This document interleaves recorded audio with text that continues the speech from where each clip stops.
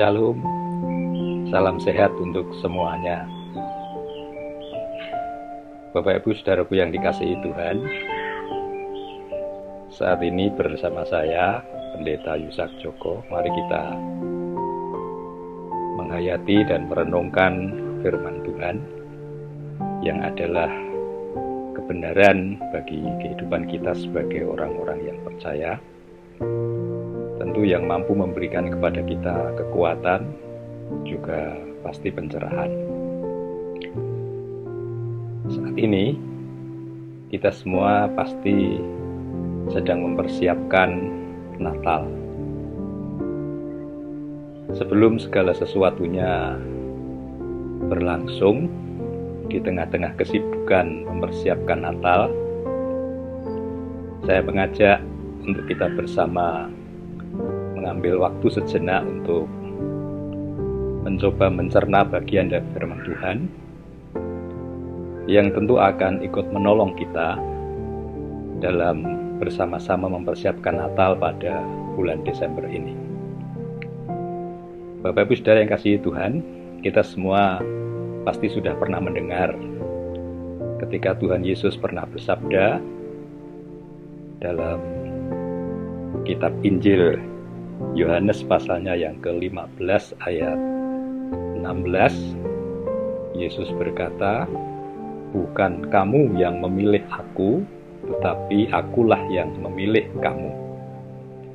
Ketika kita mendengar ayat ini, tentu diakui atau tidak kita bersyukur, bahkan kita bisa menjadi bangga, karena ternyata yang memilih kita itu Tuhan Yesus sendiri. Jadi kita adalah orang-orang pilihan. Kita bisa bersyukur, kita bisa bangga, dan kita bersukacita atas pilihan Tuhan ini. Namun, kita juga perlu menyadari bahwa sebagai orang-orang yang dipilih Tuhan, ternyata ada konsekuensi yang harus saudara dan saya alami. Renungan pagi ini saya beri judul Konsekuensi Orang yang Dipilih Tuhan. Pada masa Natal perdana, ketika Allah hendak menyelamatkan manusia melalui pribadi agung Yesus Kristus,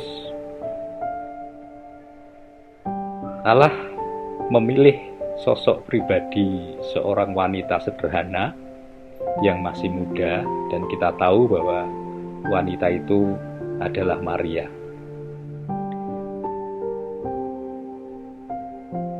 Saya tidak tahu persis kenapa Tuhan memilih Maria, tetapi pasti pilihan Tuhan tidak salah. Pada saat Maria dipilih untuk mengandung bayi Yesus, kalau kita membaca dalam kitab Injil Lukas, bahkan juga kitab Injil Matius, kita tahu Maria sempat bingung, tidak percaya. Tetapi itu otoritas Allah ketika memilih dia untuk nantinya mengandung bayi Yesus yang adalah Sang Juru Selamat, yang nantinya akan menyelamatkan semua manusia yang percaya kepadanya. Walaupun Maria sempat kaget, bingung, bahkan tidak percaya, saya meyakini sebagai seorang manusia, dia pasti bangga, karena dari sekian wanita, dialah yang dipilih untuk mengandung bayi Yesus.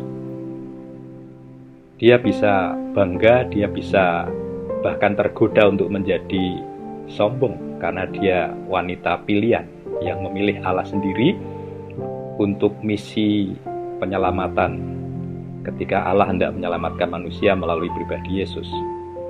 Nah, saudaraku yang kasihi Tuhan, ketika Maria menjalani pilihan Tuhan untuk mengandung bayi Yesus, selain Maria bisa bangga, bisa bersyukur, bisa tergoda untuk menjadi sombong, ternyata dia juga harus mengalami konsekuensi dari pilihan Allah itu, saat dimana harus mengandung bayi Yesus dalam posisi dia sebagai seorang yang belum bersuami.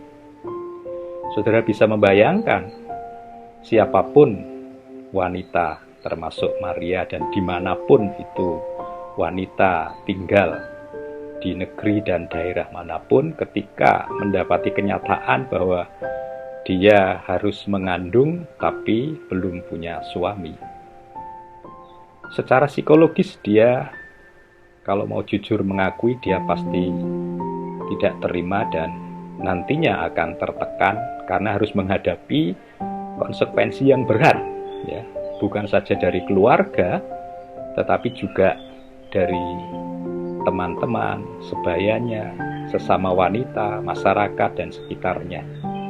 Pasti akan mendapatkan cap buruk.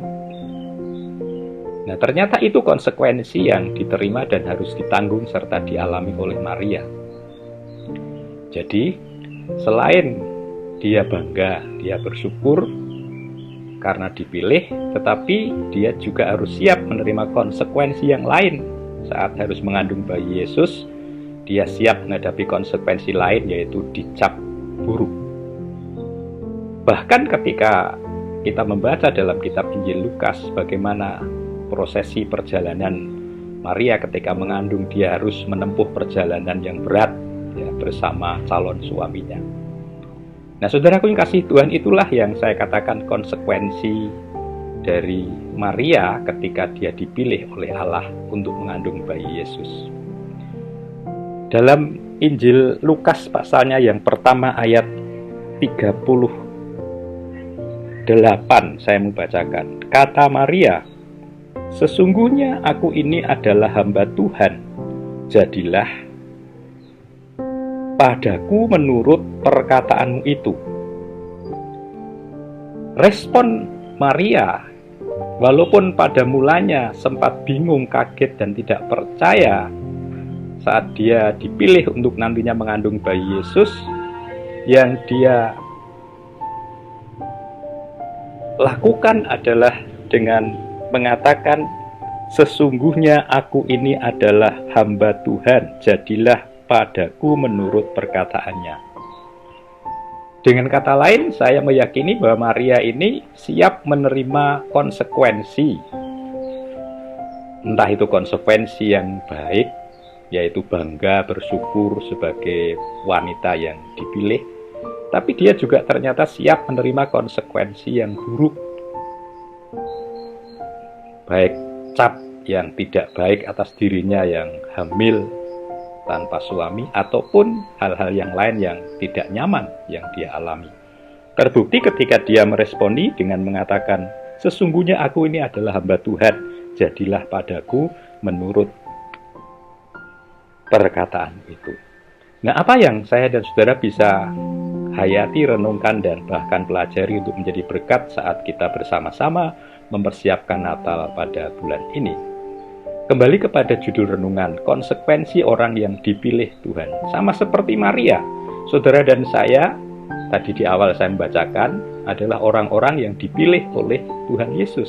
Kita ini, siapapun kita, adalah umat pilihan. Nah, sebagai orang yang dipilih, tentu secara manusia setiap kita bisa saja bersyukur, bangga, bahkan tergoda menjadi sombong karena aku yang dipilih. Tetapi ingatlah, ada konsekuensi lain yang harus saudara dan saya alami. Saat ini kita bersama-sama masih merayakan Natal di tengah pandemi.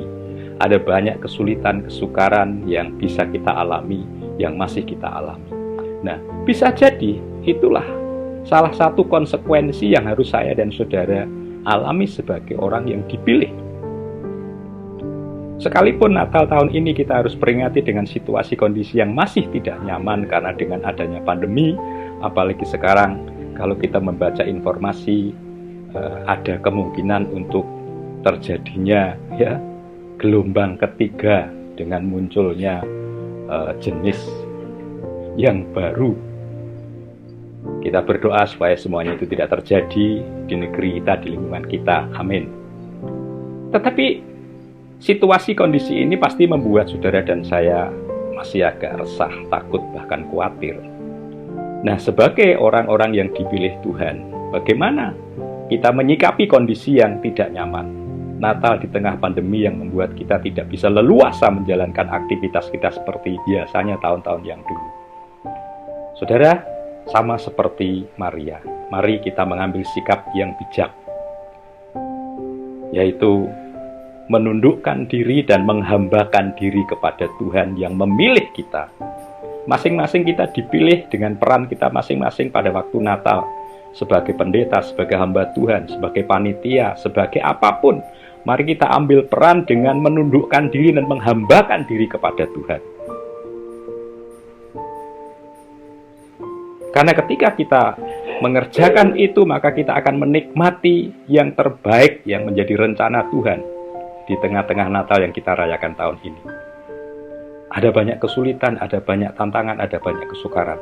Tapi ketika kita mengambil sikap dengan bijak, menundukkan diri, menghambakan diri seperti Maria, kita ini hamba Tuhan, jadilah padaku menurut yang Engkau kehendaki. Kita akan bisa menikmati sukacita, walaupun di tengah-tengah pandemi, di tengah-tengah kesukaran Natal kita. Kita tetap akan bisa menikmati banyak berkat yang disiapkan Tuhan, walau di tengah-tengah pandemi, di tengah-tengah kesukaran pada saat kita merayakan Natal. Sekali lagi, itulah konsekuensi orang yang dipilih Tuhan, yaitu siap menerima segala yang baik, tetapi juga siap menikmati segala yang tidak baik. Ketika Tuhan izinkan terjadi, tetap ada berkat kebaikan Allah yang kita bisa rasakan dan nikmati. Selamat mempersiapkan Natal. Ambillah sikap yang paling bijak, yaitu menundukkan diri dan menghambakan diri kepada Tuhan yang memilih saudara dan saya sebagai apapun. Tuhan memberkati semuanya. Amin.